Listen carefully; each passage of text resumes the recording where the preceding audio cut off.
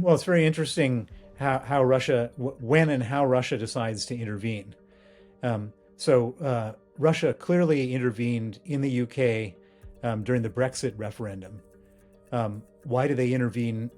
Because they had a lot to gain if one of the major countries of the European Union were to split from the European Union. So there was a big incentive. Putin hates large blocs that could stand against him. He likes small countries he can pick off, and so the European Union is he's against the European Union. He's against NATO, and Putin. So he likes things where there's something at stake, and he likes things where it's close. And so in America, the American election, he has everything at stake. He has one candidate who is ready to cut off funding for Ukraine, which is probably the single most important thing that could happen for Vladimir Putin, because he's getting terrorized in this war that he thought was going to last 3 days. It's lasted 3 years, and the terrible loss of life, and some 700,000 casualties, and hundreds of billions of dollars frozen, many hundreds of billions of dollars squandered, if not trillions of dollars squandered in this war. 40% of the government budget spent on military spending, and so he's desperate to stop to stop the American funding of Ukraine. And so he's got something big at stake, and then he's also got exactly his formula, which is a very close race. So, Bill, let's get right to it. Tuesday, the election. What do you think is going to happen? Well, I mean, to be honest, I and everybody else in the world have absolutely no idea. I mean, it's if you read the polls, some polls say Trump is going to win. Other polls say Kamala Harris is going to win. It varies from poll to poll. The betting sites are all over the place, and so I have no idea. But what I can say is that the outcome of this election could have vastly different implications for the rest of the world, and particularly the rest of the world that depends on what Putin does next. Ukraine, all of Europe, the Baltics, all of that it'll be an entirely different story if Kamala Harris is president or if Trump is president. And so it's a very consequential election, probably the most consequential election in my lifetime. And we're all sitting on the edge of our seat. It's funny. We thought 2020 was going to be the most consequential one.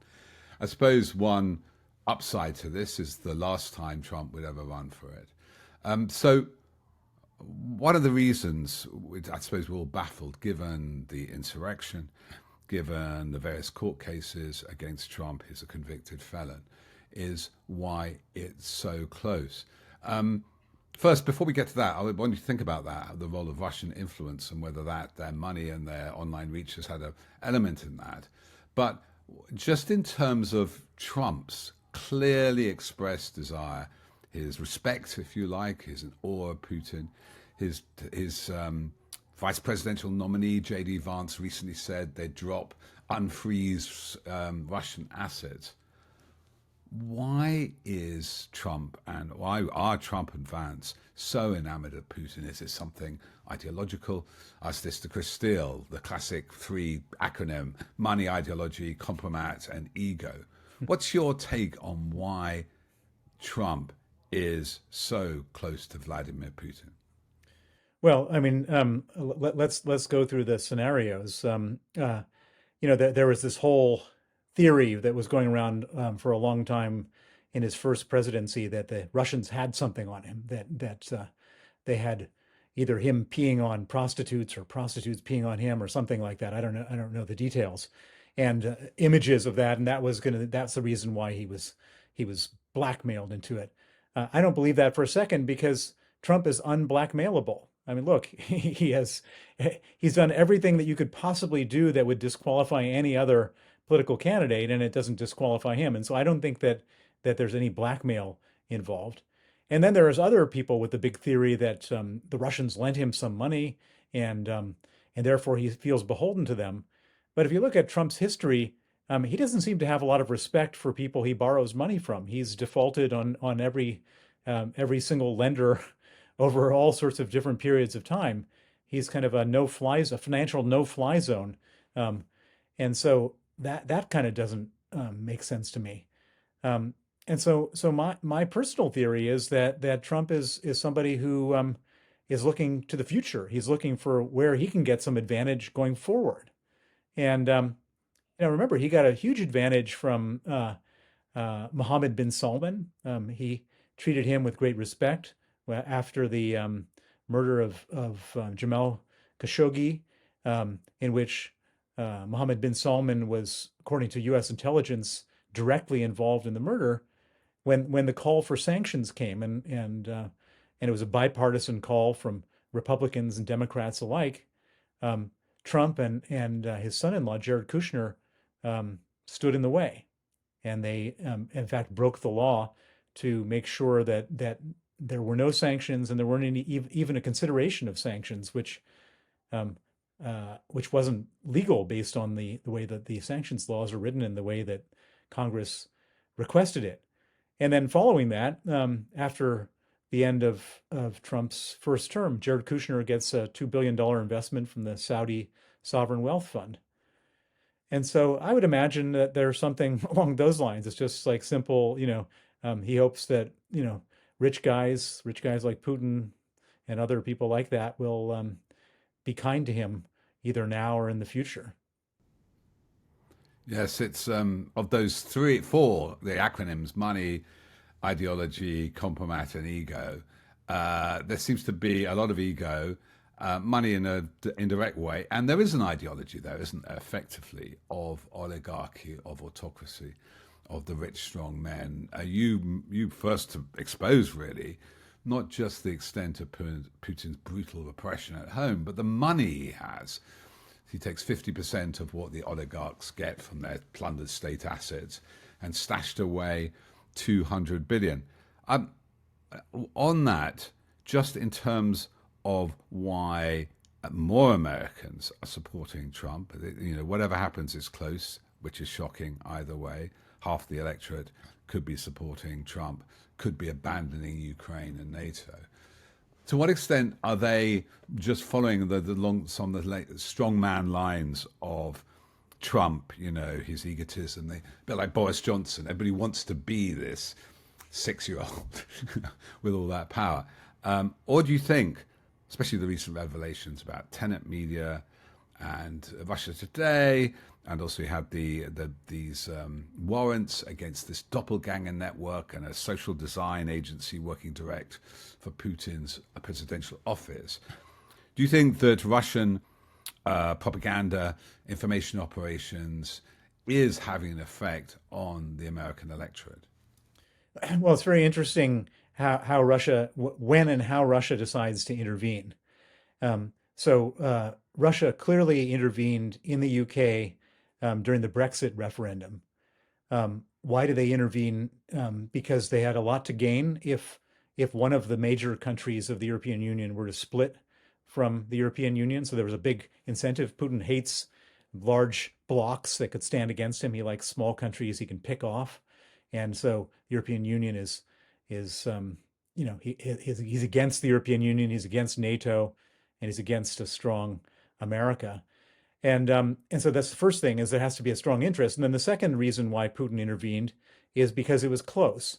So Putin can't do something. He can't manufacture public opinion out of nothing.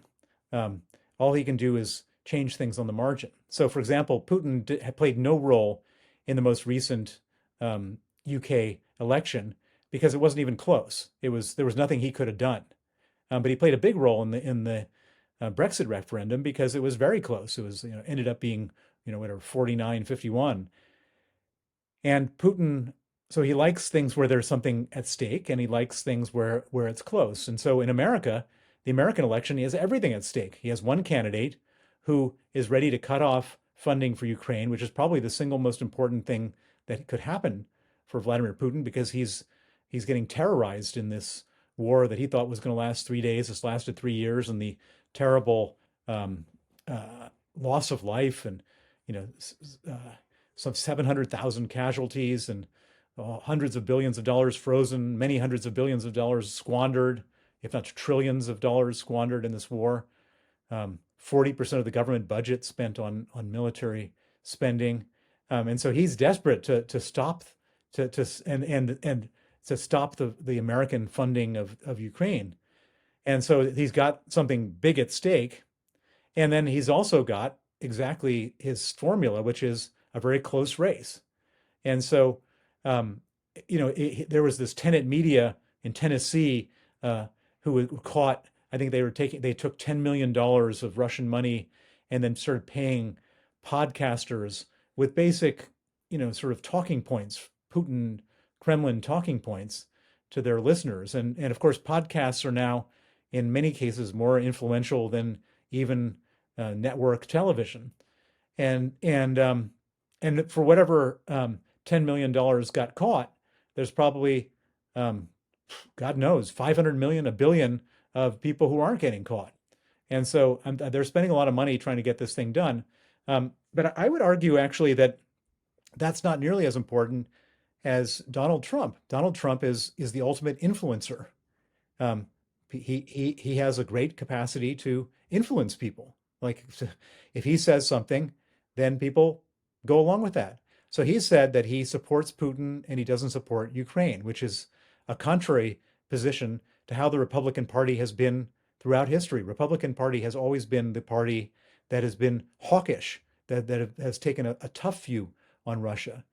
And for whatever reason, he's taken this view, and you've heard my theory, and there's other theories out there, but he has taken this view, and he's been and make no mistake, this is not an interpretation.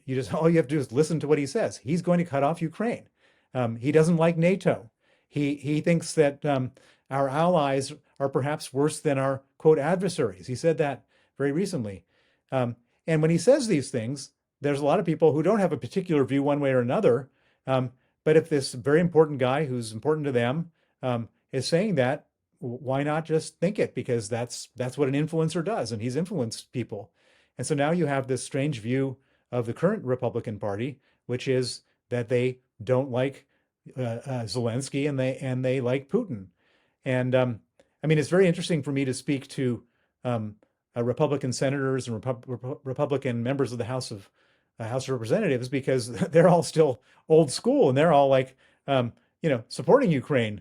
And it puts them in a very awkward position when you say, well, what are you going to do when Trump doesn't support Ukraine?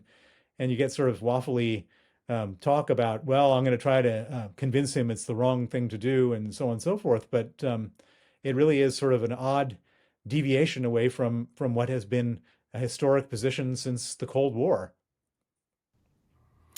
Well, let's look at that worst case, I suppose, scenario. There is a clear-cut Trump victory sometime next week, and he does or begins to do exactly what he said it wants to do and what his vice presidential nominee, and cut off aid to Ukraine. That doesn't mean Ukraine collapses immediately, does it?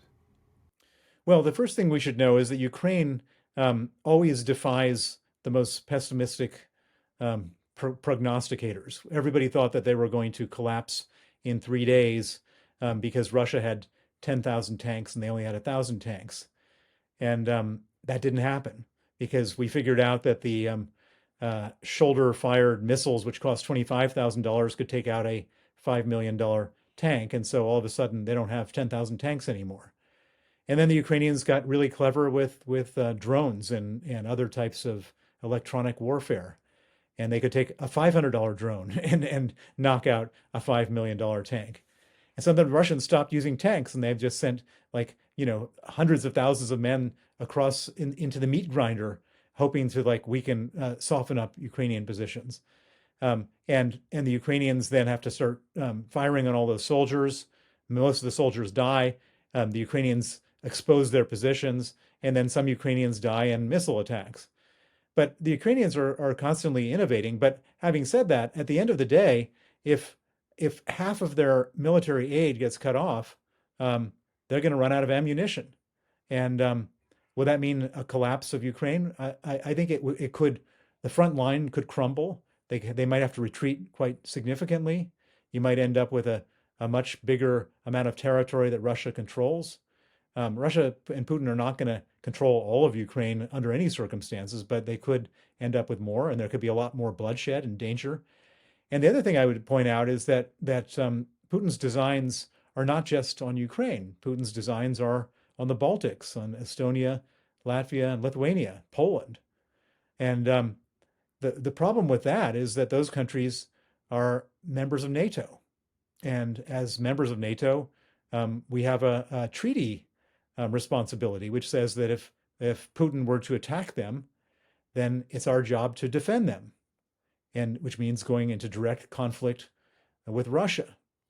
Now, under Trump, that could be a very difficult thing to have happen because Trump has already said very clearly that he doesn't particularly respect the whole concept of NATO.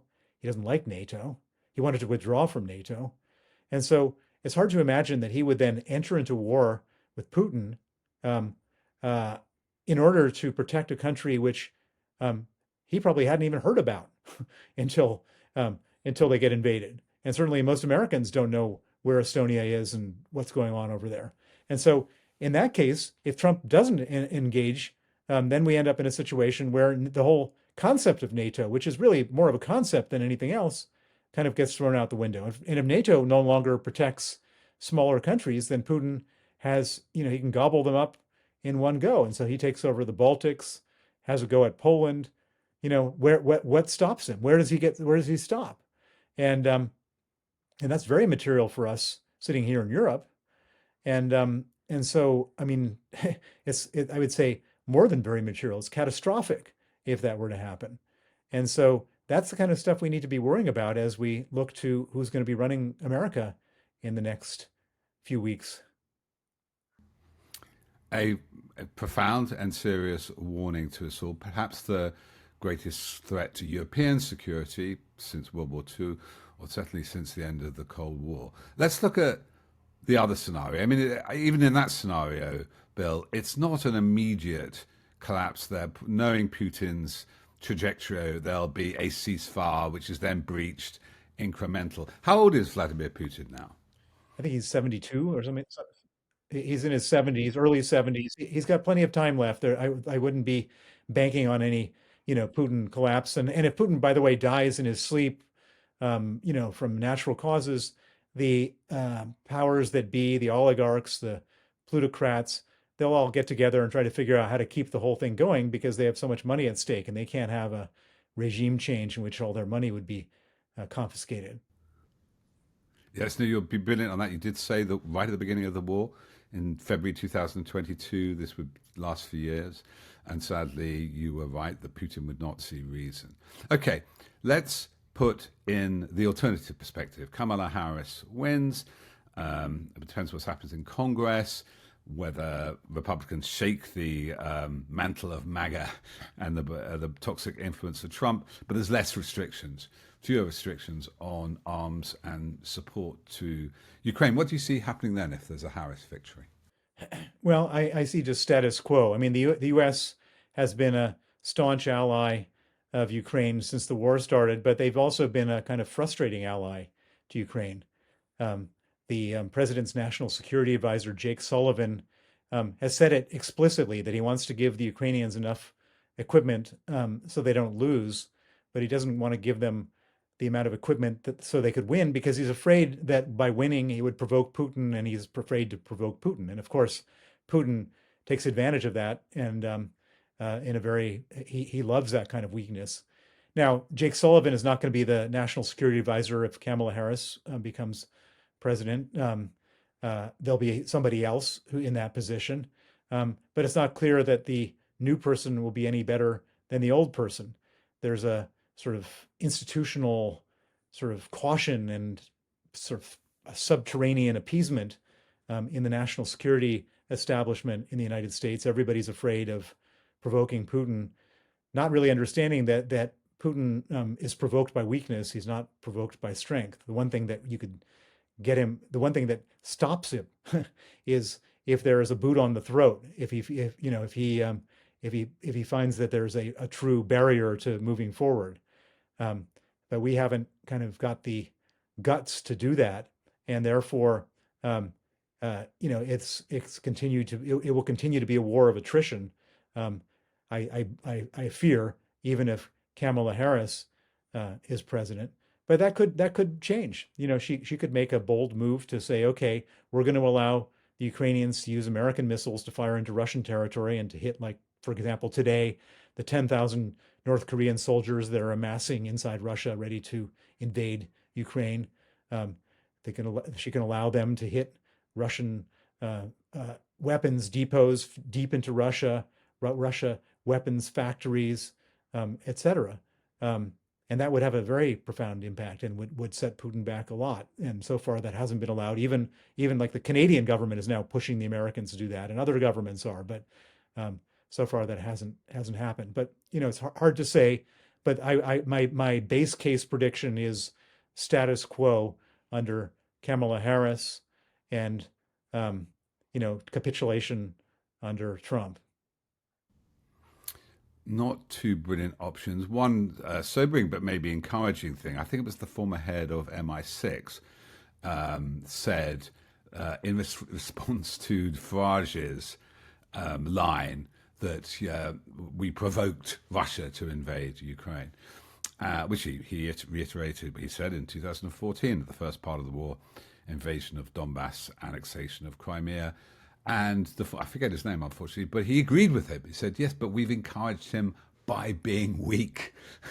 And that's kind of the interesting metric that sort of by responding, somebody said, by responding to him rattling the nuclear saber, we're making it more likely for him to use nuclear weapons. Can I just turn, therefore, just to this sleepy little backwater in the middle, Brexit Britain, and you make that point so astutely about Brexit was a key achievement for him, and it's not just, splitting Britain from the EU. He hated the EU because that's why Ukraine rebelled in the first place. Do you think London still plays such a pivotal role? We noticed on this Tenet Media indictment, it's that 10 million, as you rightly say, will be a tiny sliver of the money which has gone to the other 2,000 social media influencers that have been suggested in their document. Is London still this kind of haven for oligarch money? We noticed that, for example, several oligarchs, including the former owner and the father, the current owner of the Independent, Evening Standard, Alexander Lebedev, is sanctioned in Ukraine, in Canada, but not here. There are various other oligarchs around who have been sanctioned. I think Peter Avon has been sanctioned in other countries, but not in the UK. What do you think's going on, especially now a lot of European business has gone from London, with London and the classic London-grad laundromat? Well, I think you can find examples of people who've been sanctioned in Canada, for example, and not in the UK. But you can also find examples of people who've been sanctioned in the UK and not in the US. And there's no harmonized sanctions list. I would argue that Britain was the most welcoming place for all dirty Russian money for 2 decades. But when the war started, Britain became probably the most strident place in support of Ukraine and to punish Russia. And the oligarchs have all left. That we have sanctioned some really big ones, The Michael Friedman from Alpha Bank, Oleg Deripaska. There's a whole long list of Roman Abramovich. These are all well-known oligarchs who have been sanctioned. Roman Abramovich was the owner of Chelsea. He thought that sort of indemnified him forever from any consequence here, and turned out not. I would say that Britain is probably as good a friend of Ukraine as there ever has been since the war started, and the policies and actions have followed that. This is no longer a Russian oligarch city. This is a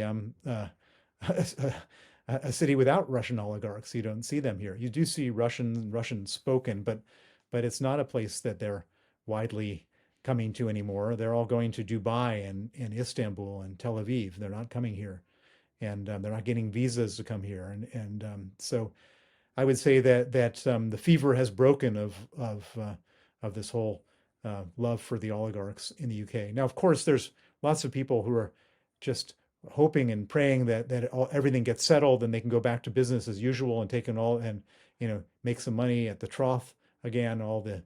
There's all sorts of lawyers and concierges and advisors and so on who would love to, get all that revenue flowing again. But in the meantime, they all pretend like they never heard of a Russian in their life, even if that was where they made most of their money before.